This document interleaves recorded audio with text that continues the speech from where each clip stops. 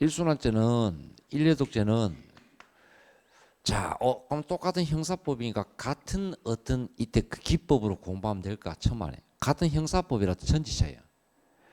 당연히 흥미를 주고 여러분 관심을 주는 과목은 형법일 수밖에 없어요. 왜? 거기서 각종 범죄 사례 나오니까 쏠깃하고 당연히 재미가 있어요. 근데 같은 형사법이면서도 여러분 형사소송법은 실제법이야, 절차법이야.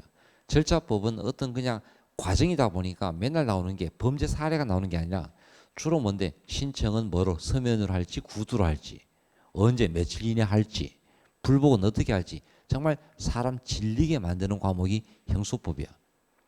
그러니까 처음에 형소법 특히 일순환 단계에서 용어라든지 이런 게 정리가 안 된 상태에서 먼저 딱 막 달려들면 오히려 튕겨 나와요. 재미없는 과목은 장기전 펼쳐야 돼. 처음에 확 내 것으로 만들려고 하는데 그게 안 돼. 괜히 시간 낭비야. 그럼 처음 공부할 때는 오히려 좀 관심 가는 과목에 더 신경을 써. 내용을 공부하는 과목. 뭐 헌법이나 또는 형법이나 이런 데 신경을 더 써서 거기에 진도를 좀 더 쫙 내. 형소법은 계속 반복해 나가면서 그냥 익히면 되는 그런 형태입니다. 그러면 처음에 일순환 때는 제가 항상 이야기합니다. 이때 형소법을 완벽하게 끝내야지 힘들걸. 왜? 절차법이니까. 그냥 순간 헤맬 수밖에 없는 거야. 그렇지만 이때 그렇게 또 내용 자체가 심오하게 들어가는 거 아니에요. 다만 이제 절차법이니까 사람 좀 진리가 딱딱한 과목이야. 그러면 일순환 때는 다른 과목에 좀 더 신경 쓰고 여기서 어디에 여기서 이때 한번 끝까지 절차니까 과정이니까 한번 완주하는 데 신경을 써라. 자, 그리고 시간 아껴가지고 다른 과목에 신경을 더 써라. 그리고 형소법 수업 중에 자세하게 풀어 나갈 테니까 웬만한 수업 중에 끝낸다 생각하면서 이해한다 생각하면서 하고 모르는 딱 물어보고 들었는데도 이해 안 된다 그러면 너무 담지 마. 그냥 체크하고 넘어가. 그냥 전체 얼개만 익히고 그 다음에 이순환죄 들어갑니다.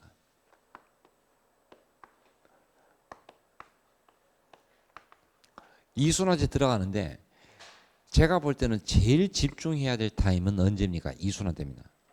특히 이제 이순환 단계 들어가면 이제 학원 들어와서 한 2개월 지나잖아. 지나다 보니까 대충 학원 생활이 좀 약간 익숙해지지. 처음에는 공부 안 하다가 공부를 하니까 이때 막 잘 안 됐는데 이제 슬슬 몸이 잡혀. 이때 1순환에서 2순환 넘어갈 때쯤에 다시 2순환 지금 하시는 분들 시간표 점검 다시 해. 내가 학원 와가지고 집에 갈 때까지 시간 점검을 다시 한번 딱 돌이켜봐. 봤더니 분명히 세는 시간이 많을 거예요. 그거 다 잡아. 다 잡고 계획 점검을 시행착오 분명 나왔죠. 그러면 처음에 학원 수업 하기 전에 공부할 때는 내가 하루 이렇게 계획을 딱 잡아야지 하고 했는데 해보니까 안 되는 것도 있고 착오가 발생한 것도 있지. 그럼 거기에 맞게 이제 대충 감이 오니까 시간 점검 다시 해. 그리고 자기가 정한 계획표는 무조건 지킬 수 있도록 해. 지키지 못한 계획은 세우지도 마. 그러면 괜히 허탈해져. 그리고 최대한 좀 지금부터 이순환제 들어가지. 자신을 가혹하게 해. 단련시켜 나가. 자꾸 이해를 두려고 하지 마. 왜? 수험생활은 최대한 단순한 게 좋아요. 좋고. 그래서 이순환 들어가면 이때는 그냥 형소법은 그냥 흐름만 익힙니까? 아니야. 이때는 완주했던 것을 제대로 자기 것으로 여러분 최대한 자기 몸에 에너지를 집중시켜 나가고 그 다음에 그걸 이때 이해하는 데 좀 중점을 둬.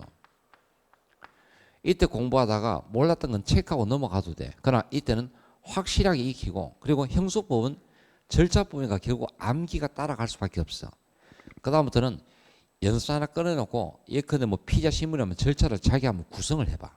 한번 큰 흐름 해보고 요런 절차로 진행되면서 여기는 어떤 특징이 있었는가. 자, 최대한 이것도 지금부터 이걸 암기할 건 꼭 암기해 나가자.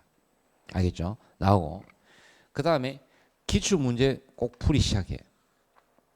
해가지고 뭐 기출문제지 어느 문제 관계없습니다. 관계없고 자, 내가 왜 기출문제를 자꾸 하나. 최근에 과거와는 달리 케이스 문제 나오지. 그 케이스 흐름을 자꾸 익혀야 돼. 익히고 또 하나 변함없는 사실은 과거 나왔던 지문들이 또 나옵니다. 잘 나왔던 판례는 계속 나옵니다. 아, 그러면 몇 년째 기출 문제를 풀다 보니까 이건 자주 나오는 판례야. 그럼 또 나올 거야. 그럼 그걸 익히는 거야. 익히고 시간을 줄여나갑니다. 되게 큰 역할을 합니다. 역할하고 그 다음에 이제 마지막 삼순환 때 들어가면 삼순환, 사순환 똑같습니다만 이때부터는 학원 생활에 완벽히 익숙해지니까 어느 순간 경계를 해야 됩니다. 왜? 외적 요인이 더 커집니다. 뭐든지 익숙하면 안 좋거든. 근데 익숙하다 보니까 자꾸 이제 몸이 깔아앉고 분명히 내가 하루에 공부는 5시간 딱 공부해야 되는데 처음에 아마 우리 아마 그런 느낌 있을 거야. 처음에 공부할 때는 자습할 때는 한 1시간 지났나 하고 딱 보니까 여기서 시간이 한 2시간 가까이 돼서 집중했다는 겁니다. 왜? 처음 공부하다 보니까 빨려들거든. 근데 자꾸 시간이 지날수록 몸이 무거워집니다. 그리고 앉아서 한 1시간 봤나? 40분 봤나? 하고 시계 보니까 5분 지났어요. 10분 지났어요. 슬럼프예요. 그럼 그게 계속 누적되면 어떻게 해? 가다 자꾸 주저앉고 싶어. 자꾸 딴 생각이 나. 하루에도 감정이 뭐였죠? 짜증, 스트레스, 기쁨, 슬픔, 순간 갑자기 멍해지기도 하고 갑자기 슬퍼지기도 하고 이게 계속 반복되는데 그 순간 먼저 괜히 화가 나요. 그럼 그거 나만 겪나? 아니, 누구나 다 겪는 현상입니다. 그럼 누구나 다 겪다 보니까 이걸 잘 이겨내야 돼. 공부하다가 모르는 부분은 질문하면 됩니다. 그럼 공부하다 모르는 부분은 질문하면 되는데 근데 이런 슬럼프로 주저앉고 싶다. 이건 누가 이렇게 세워줄 수가 없는 부분이에요. 이거는 스스로 해결해야 돼. 알겠죠? 그러면 어떻게 한다? 외적으로는 그렇게 분명히 해결해야 되고 이때는 수업 듣는다라는 마인드를 버려. 수업 들어야지 이 마인드가 아니고 같이 나고 나가는 거야.